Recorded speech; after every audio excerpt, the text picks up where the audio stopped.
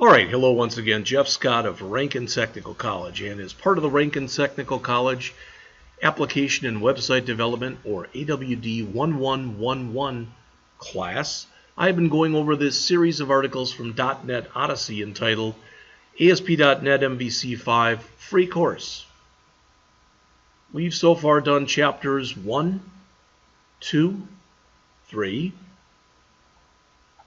4, 5, 6, and we just finished with chapter 7, which, as you'd guess, gets us into chapter 8, where we'll set up the second version of our micro IMDb application. So let's do that right now.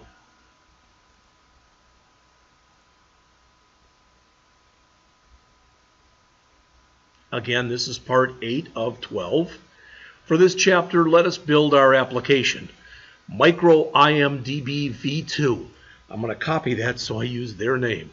It's similar to the popular movie website IMDb, but on an unbelievably smaller scale. There's no video in there, there's no audio in there, etc.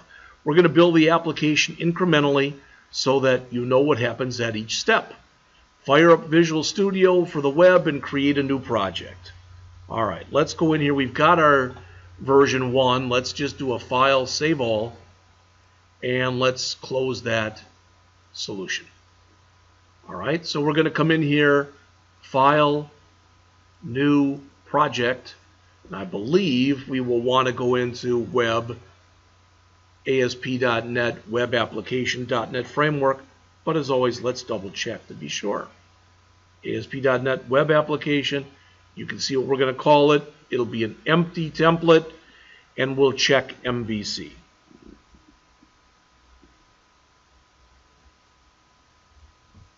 There it is, Micro IMDb v2.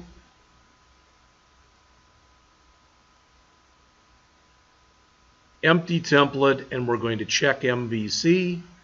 Click OK, and allow the project to be built. Again, that should give us this. Even though we have controllers, models folders, they're empty. And the only thing in our view folder is our web.config, if we did this correctly. So again, you see that our controller and model folders are empty. The only thing in views is our web.config. We can close this beginning file here and continue on. We would be storing the data in SQL Server Express database and using Entity Framework code first, which is what we did before. So we want to go to Tools, Package Manager, and install our Entity Framework again. Sometimes you don't have to do this, but we're going to check anyway. So we're going to come through here, Tools, NuGet Package Manager, Package Manager Console, tell it to install that. Okay, it used it, it's installed it. If we get our prompt back, everything was hunky-dory. There we go.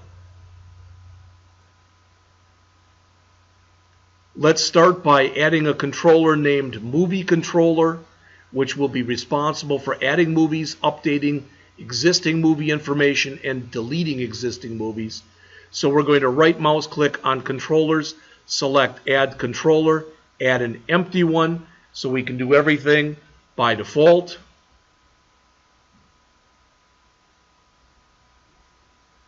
And we're going to name it MovieController. Alright, nothing new here. Right mouse click, add controller, empty, add. Change the name from default to, whoops, not that. Was it movie or movies? I apologize. MovieController.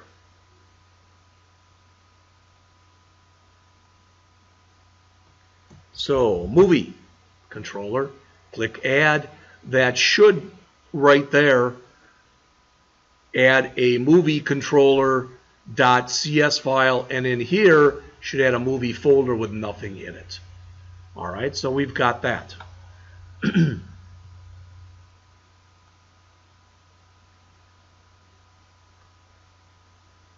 So again, we've got this, which just returns an action result, which is our view, and we have an empty folder that's called movie.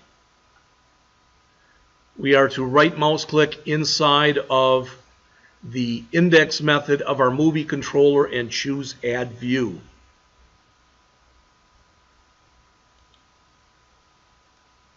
By default, this will be called index, which probably is the name we want to keep.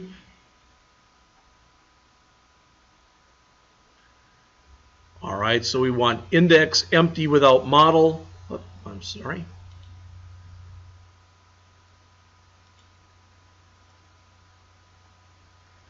We want index empty without model. Now we want to choose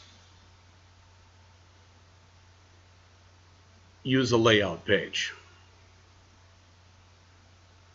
Okay.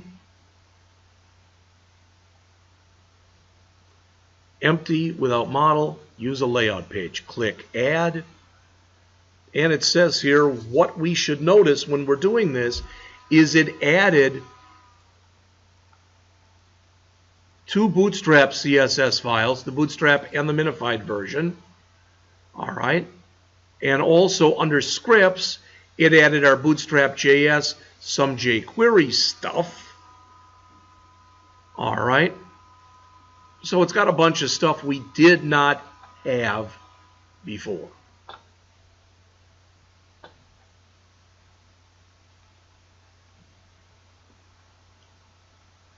Some font stuff as well. All right, we should have our movie, index.cshtml, our layout, and our view start.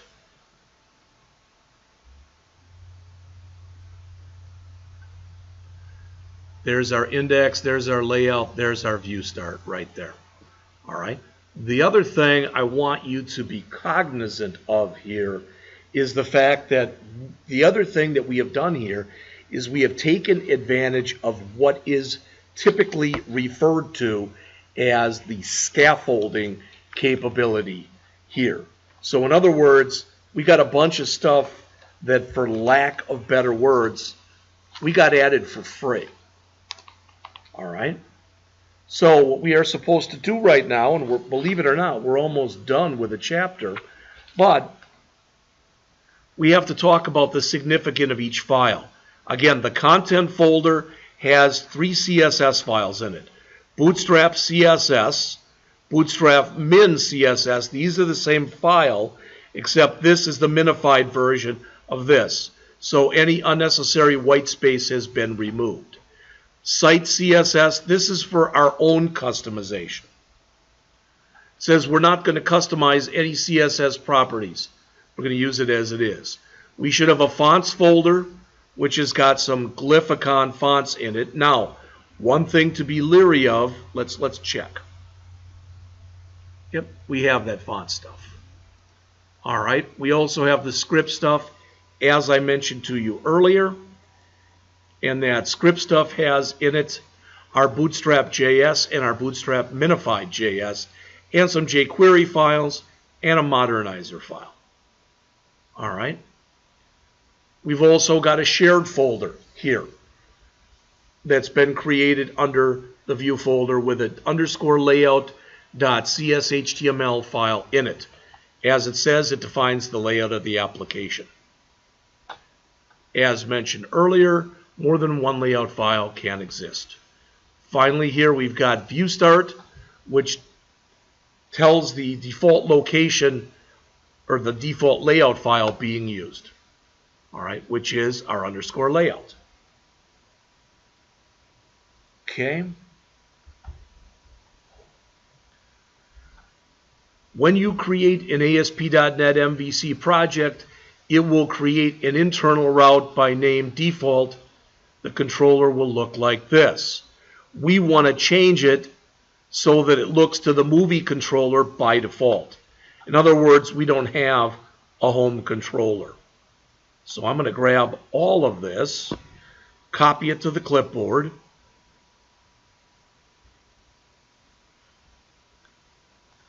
go into our route config file,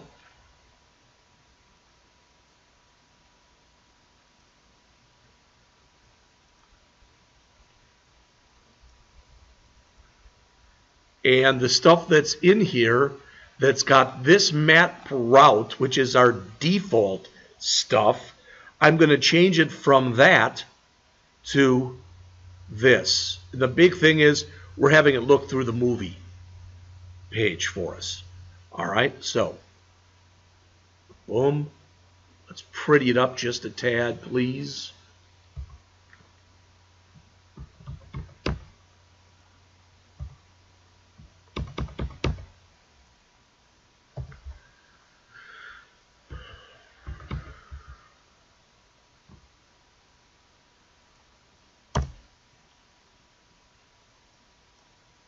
And somehow when I started doing this, I goofed this up. All right, so I'll tell you what I'm going to do. I'm going to come in here, Control Z my way out of here till I get back to the original. All right, change this to movie. I think that's all that I really had to do here.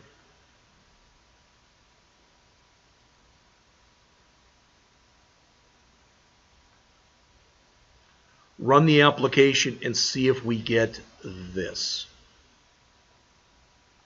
All right, so let's come back to here. Let's save what we've been working on. And again, you don't have to do this, but notice I'm moving all this stuff down so we can see everything in here. All right, so File, Save All.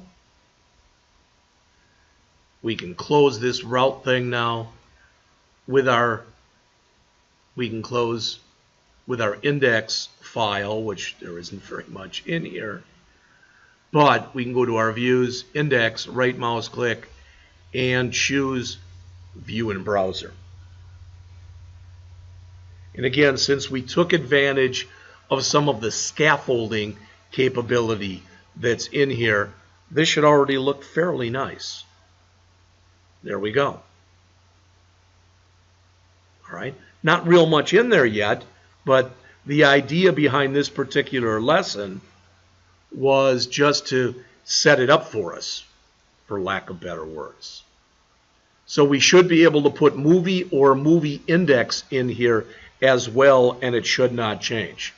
So let's go back. Let's try that. Notice there's movie index. Let's get rid of the index. And it stays. Let's get rid of the word movie. And it stays. We're doing great right now. All right. So we have now finished with Lesson 8. We will now go on to Chapter 9, which is on data modeling. I'll be back with that shortly.